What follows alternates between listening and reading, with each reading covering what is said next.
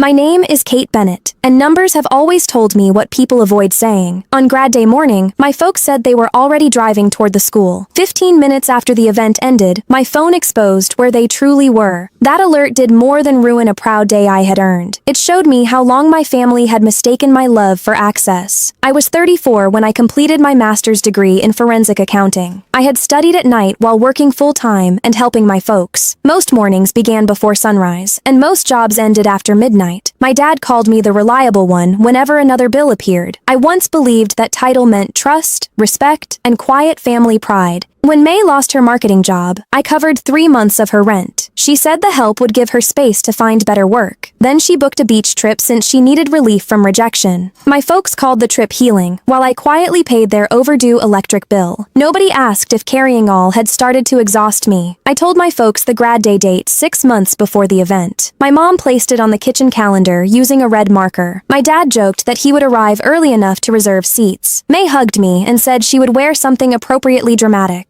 For once, I allowed myself to expect all 3 of them. The problem began when May announced her 30th birthday plans in our family chat. Her birthday fell on Tuesday, but she wanted a Saturday party instead. That Saturday happened to be the exact date of my grad day event. I assumed she had forgotten, so I replied with a gentle reminder. Her answer came quickly and sounded almost strangely prepared to me. She wrote that the venue had only one open weekend for months. She added that my event happened early, while her party started later. My mom suggested all could attend both without creating needless tension. I checked the schedule and saw the timing was technically possible. Still, I sensed quiet pressure hiding beneath their cheerful plans that day. The school required graduates to arrive 2 hours before the event began. My folks lived 90 minutes away under normal weekend traffic. May's venue sat another hour east, beyond the school and downtown. Attending both meant careful timing and no casual delays between events. I sent all a simple schedule with travel times and parking details. During the next month, May's party grew from dinner into a large event. She hired a private room, a photoer, live music, and custom decor. My mom described every detail like she was planning a wedding reception. Whenever I mentioned grad day, the chat became quiet or suddenly changed subjects. The imbalance felt painfully obvious, though nobody openly admitted it then. 2 weeks before grad day, my mom asked if I could cover their property tax shortage. I had helped them before, but this request came without files. She said my dad had made a banking mistake and felt ashamed. I sent $2,000 after reviewing their county account online. That payment brought the balance current within 1 business day. I also kept 1 family credit card for genuine crises involving my folks. The account remained in my name, but they carried an approved card. We had clear rules, written after my dad's surgery 3 years earlier. Medical costs, urgent repairs, or travel during an emergency were allowed. Gifts, parties, and routine spending required my approval before any charge. That answer stayed with me longer than it should have stayed. I wanted to ask why all was decorating 1 full day early. Instead, I reminded her that graduate seating closed at 9:15. She said they saw and would be watching when my name was called.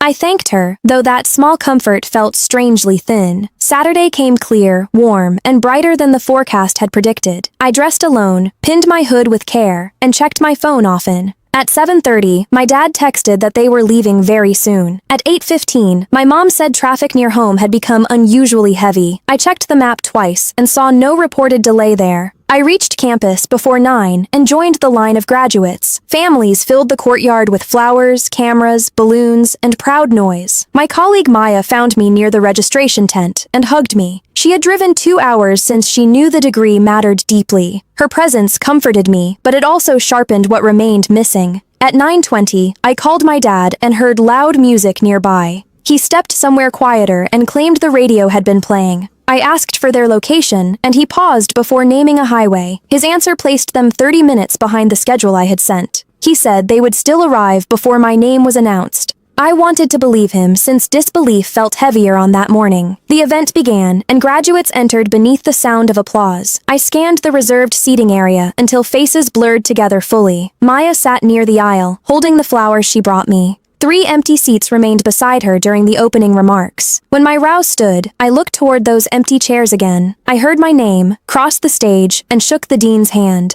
The moment should have felt like proof that every hard night mattered. Instead, I felt myself searching for people who had chosen elsewhere. Maya cheered loudly enough to cover some of that silence. After the event, families gathered beneath trees for pictures and embraces. I checked my phone and found no missed call from either parent. May had posted a video showing tables covered with gold decor. In the background, my mom adjusted flowers while my dad carried drink boxes. The video timestamp showed 9:43 that same morning clearly. They had never started driving toward the school that day. My dad had lied while standing inside May's decorated party room. My mom had invented traffic while arranging flowers for another party. The truth hurt, but the planning behind it hurt even more. They had planned excuses since honesty might have required respecting my choice. 15 minutes after the event ended, my phone displayed a fraud alert. A charge for $7,800 had reached my account. The merchant name belonged to May's birthday venue across town. I stared at the screen until the amount stopped looking real. Then my training replaced shock with a sequence of clear questions. I locked the card at once and called the bank's fraud department. The agent confirmed the physical approved card had been used on site. The charge included a deposit, catering upgrade, and event balance payment. My folks had charged the party while telling me they were traveling. Missing grad day had become only one part of the betrayal. I told the bank the purchase violated our approved use agreement. Since my folks possessed the card legally, the review required more evidence. I asked the agent to preserve charge notes, device records, and approval details. She opened a formal dispute and assigned a temporary case number. My voice remained calm, although my hands shook against the phone. Before calling my folks, I waited for my breathing to settle. Emotional clash creates noise, and noise can destroy useful facts. I saved May's video, including its timestamp and visible venue details. I also captured every message concerning grad day travel and party planning. My work had taught me that memory becomes weaker when pressure begins. My mom called before I finished sorting those screen images. She sounded cheerful and apologized for missing the event since of traffic. She claimed they had turned around after realizing arrival was impossible. I asked where she was standing at that exact moment.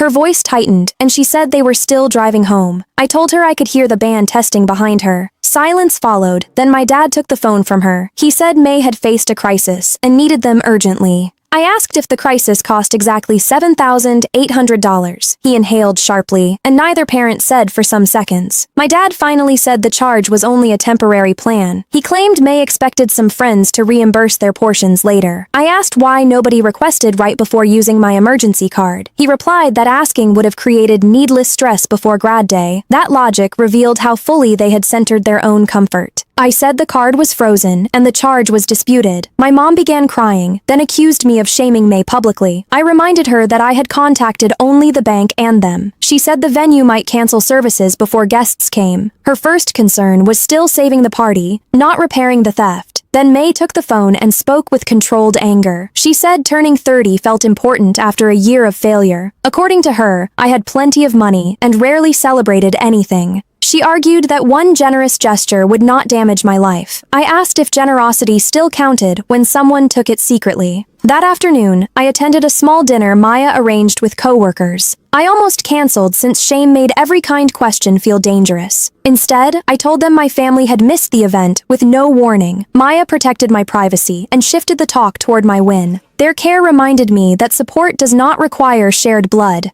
Halfway through dinner, a new number called twice within 3 minutes. I stepped outside and answered calmly on the third attempt. A woman introduced herself as Elena, the venue's event manager. She sounded confused and asked if I had approved May's final contract. My account name appeared beside a signature that did not resemble mine. I asked Elena to send the complete contract and payment history. She hesitated since May had presented herself as my approved planner. I said that the card was limited to parental crises, not events. Elena checked her notes and became quiet for some moments. Then she said the plan began 6 weeks before grad day. That detail reopened all things with a colder and clearer meaning. This was not a desperate decision made after some birthday crisis. May and my folks had planned to use my account for weeks. They had discussed my likely doubts and built excuses around them. My grad day conflict was not accidental. It was part of their strategy. Elena forwarded the full contract, invoices, emails, and ID records. One email from my mom said I was covering the party willingly. Another message claimed my work schedule prevented me from handling payment directly. May had signed my name beneath the final catering guarantee. My dad had provided the approved card and approved extra costs on site. The clearest proof appeared inside an email sent 3 weeks earlier. May wrote that grad day would keep me busy until payment cleared. She added that deep timing would make me less likely to object. My mom replied that I would calm down after seeing all happy. My dad said with one sentence, "Kate always fixes the mess." I read that line sometimes beside the quiet cafe entrance. My folks did not merely expect help after an honest request. They expected my skill to erase the harm they planned. The quality they praised had become their right to exploit me. That truth closed the oldest open question inside my family.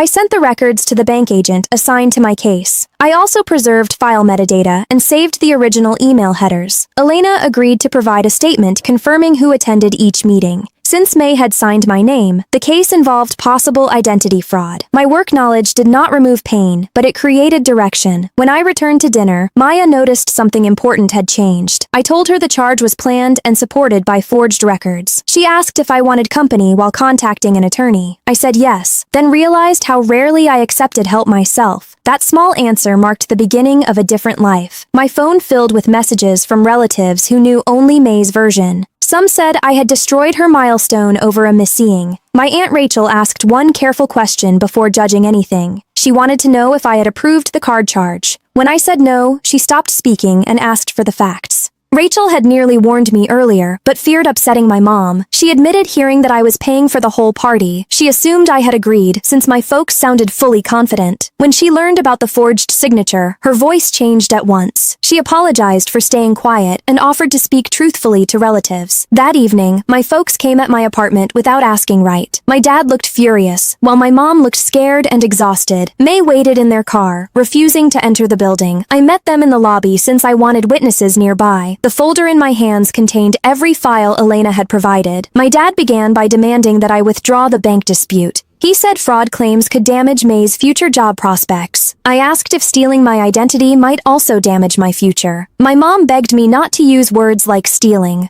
She preferred mistake, pressure, confusion, or anything that reduced their duty. I asked why they chose May's party over my grad day event. My mom said May was deeply fragile after losing her job. She feared cancellation would make May feel forgotten and deeply ashamed. I asked if missing my grad day was supposed to hurt less. My mom whispered that I always seemed able to handle hurt. That sentence said more than any money record could explain. They protected May from discomfort since they believed I could absorb all things. My strength had become the reason they offered me less care. I told them strength is not consent to again and again injury. Neither parent argued, since the truth had finally become too plain. My dad sat down and admitted he had approved the card charge. He believed I would object first and forgive them later. He said the party had already grown beyond what anyone could afford. Canceling would expose May's job loss and their own money trouble. Shame had driven them toward deception, but shame did not excuse it. Then, May entered the lobby, with tears running down her face. She said she had been sitting outside, listening through my mom's phone. Her anger had fully faded, leaving shame and raw fear behind. She admitted losing her job 5 months earlier, not 3. She had hidden again and again rejections and mounting credit card debt from all. May said my grad day made her feel painfully small and left behind. Every family update about my degree sounded like proof of her failure. She wanted one night where people admired her without comparing us. Planning the party gave her a temporary sense of control. When costs rose, our folks offered my money as an easy answer. May asked if I planned to press criminal charges against her. I said the bank and venue would follow their required process. I would provide truthful records and would not invent cover for anyone. However, I would tell agents about any repayment or help. Accountability would remain real, but I would not pursue revenge. My dad called that response heartless, and Rachel entered behind them. She had came after I shared my location and concerns earlier. Rachel told him heartless people do not offer careful paths forward. She also admitted that silence had helped the deception grow. Her support shifted the room since my folks respected her judgment. I gave my family written rules for any future contact. The emergency card would be permanently closed without replacement access. My folks needed to repay the property tax money obtained through false claims. May needed to sign an admission for the bank and venue. All contact about money would happen in writing for 1 year. I also required family therapy before attending shared holidays again. My mom protested that therapy would make all things feel dramatic. I told her forged files and stolen funds were already dramatic. Counseling would only make the damage honest enough to address. She looked down and quietly agreed to consider reconsider the first session. May covered her face and cried harder after hearing that answer. She said she had pictured me joined by coworkers and classmates. That assumption made skipping my event seem less cruel to her. I said a crowd cannot replace the people who set attendance. She nodded and admitted she had never allowed herself to imagine my seat row. The next week, May signed a detailed statement for the bank. She admitted using my name and described our folks' role clearly. The bank reversed the full charge after completing its review. The venue pursued a repayment plan instead of immediate legal action. Cooperation reduced the damage, though it did not erase the fraud. My folks sold a camping trailer to cover part of the balance. That sale ashamed my dad since he prized the trailer publicly. He blamed me during some angry messages I did not answer. My mom later sent the first apology without excuses or requests. She wrote that reliable should never have meant endlessly available. I saved her message, but waited 3 days before responding. Old habits urged me to reward any small sign of regret. Instead, I thanked her for apologizing, and again my therapy rule. She booked a session with a licensed family therapist that week. My dad refused to attend, so she went alone initially. May began working temporary office jobs while applying for permanent roles. She sent a fixed amount toward repayment after each paycheck. Some payments were small, but everyone came on schedule. She also stopped presenting herself as the injured party to relatives. Rachel helped her correct some stories she had spread after the party. 3 months later, my mom joined me for coffee near campus. She brought a framed photo from my grad day event. Maya had sent her a copy after asking my right. My mom looked at the empty seats visible behind me. She said seeing them made her see what apologies could not repair.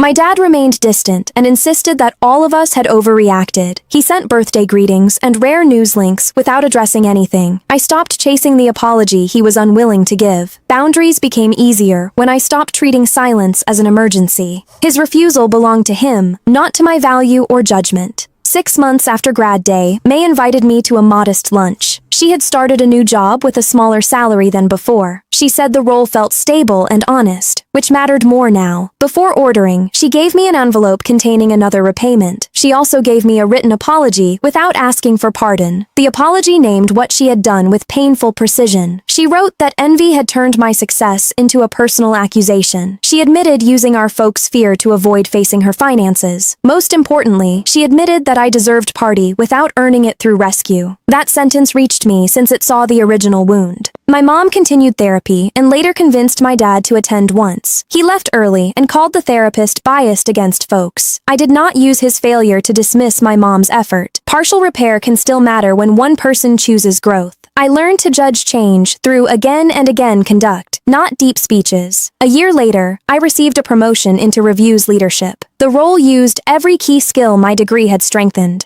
Maya organized another small party, and Rachel attended beside May. My mom joined after asking if her presence felt welcome. My dad declined, but nobody invented an excuse for him this time. During dinner, May raised her glass and congratulated me plainly. She did not mention her hardships or turn praise toward herself. My mom said she was proud, then allowed the moment to remain mine. Their calm restraint felt new, rare, and deeply real to me. Repair sometimes appears through what people finally stop taking from you. I still keep the grad day photo inside my office drawer. The empty seats remain visible, and I no longer crop them away. They remind me that win does not guarantee other people's courage. They also remind me that absence can reveal a hidden plan. What hurts you may also show you what must change. For years, I believed love meant stopping every family cost. I paid, planned, fixed, said, and protected until anger replaced closeness. My grad day taught me that support without consent becomes abuse. Boundaries did not destroy my family. Deception had already done that work. Clear limits only stopped me from paying for the damage. Maybe someone listening has also been called the strong one. Perhaps your family praises your strength while assigning you every burden. Strength does not mean accepting lies, theft, neglect, or endless access. You can care about someone's pain without paying its full price. You can see their reasons while still requiring honest repair. My folks missed my grad day for May's birthday party that day, yet the greater loss was their belief that I would quietly absorb it. 15 minutes later, one bank alert ended that belief for good. I lost an illusion, but I gained authority over my own life. That exchange became painful, necessary, and finally, very freeing for me. If this story felt familiar, share what boundary changed your family bonds. Someone reading your words may need right to stop fixing all things. Respect begins when love no longer requires silence or money surrender. I still hope my family keeps changing, but hope now has rules. My life is not an emergency fund for other people's choices.